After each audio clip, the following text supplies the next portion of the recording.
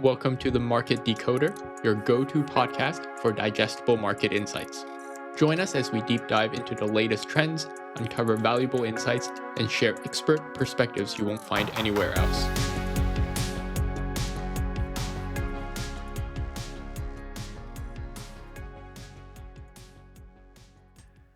Welcome back, everybody. The headline that's got everybody buzzing recently is how BlackRock and Vanguard, the largest asset managers out there, are pausing their engagement meetings with companies because of a new SEC rule change.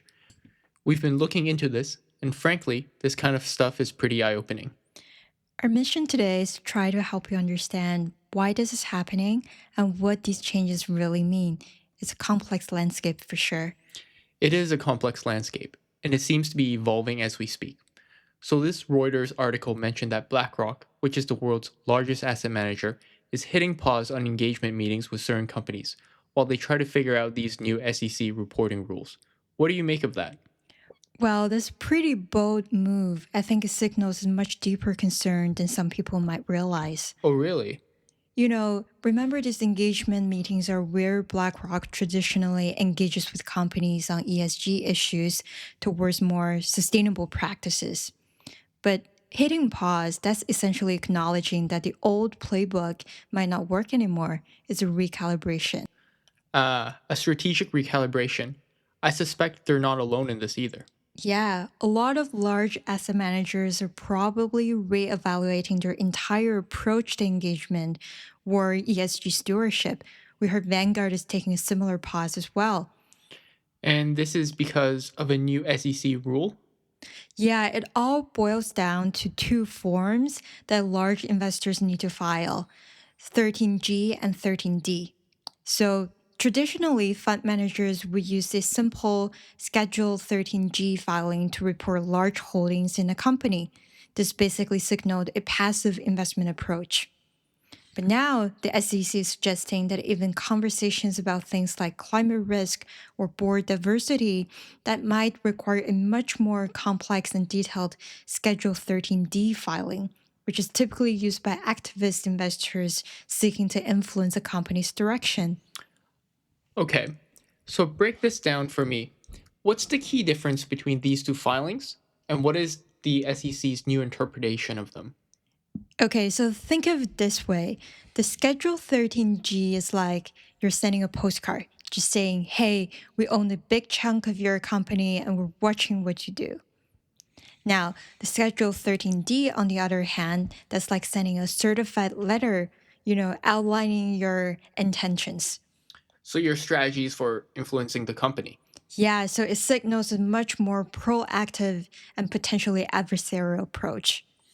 So, BlackRock is just having these basic ESG conversations with companies, and the SEC now is like, hold on, that sounds like you're trying to influence them. You might need to file a Schedule 13D. Right, exactly. And potentially this opens up to more scrutiny. You got it.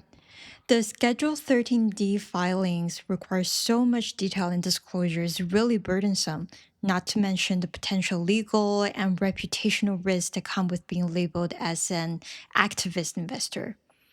So you can kind of see why BlackRock and others are hitting that pause button. They're trying to assess the risk, figure out how to engage on ESG issues without tripping those regulatory wires. Yeah, I mean, the ripple effects are pretty huge, right? Vanguard is pausing certain meetings too. Mhm.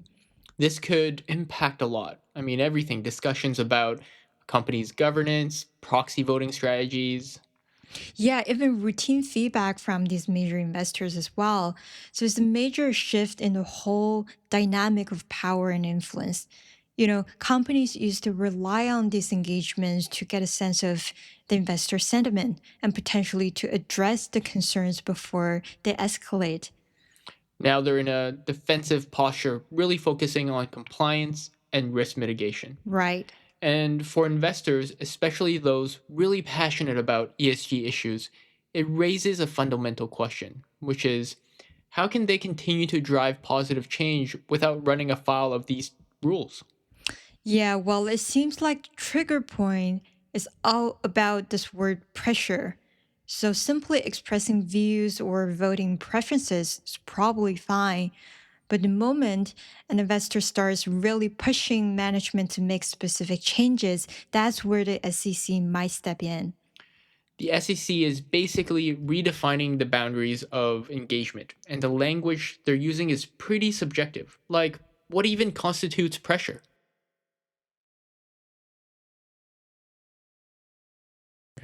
Yeah, it's really open to interpretation, and that's creating uncertainty for investors.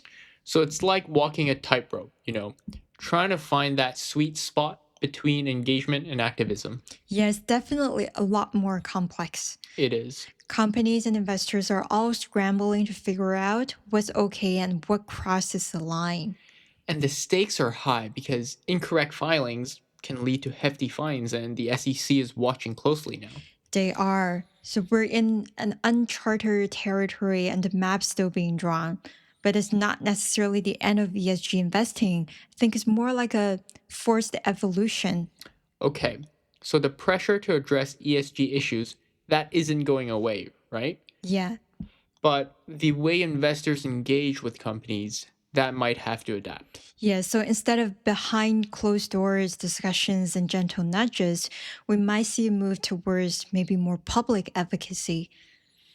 Yeah, as we're talking about this shift in approach, maybe we can touch on the potential impact on the fund industry. This feels like a huge piece of the whole puzzle. It's a critical point because, ETF, exchange traded funds, or other fund vehicles have been kind of a gateway for investors, whether they're individual or corporate, to get involved with ESG. Exactly. They made it easier than ever to put your money where your values are.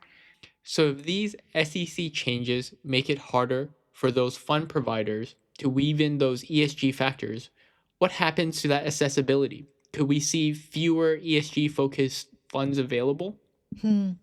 It's a valid concern. If the cost of compliance goes up, some providers might just decide it's not worth the hassle. Right. But could there be, like, I don't know, any unexpected benefits here? Could these changes actually lead to something positive for the ETF and fund industry? Okay, I like where you're going with this. Well, we can imagine a scenario where this SEC stricter stance actually leads to a greater focus on quality over quantity. Interesting. Explain that a little bit more. So, if fund providers have to be more cautious about how they market and manage their ESG products, they might become more selective. We could see a shift towards ETFs that are truly committed to ESG principles with a proven track record to back it up.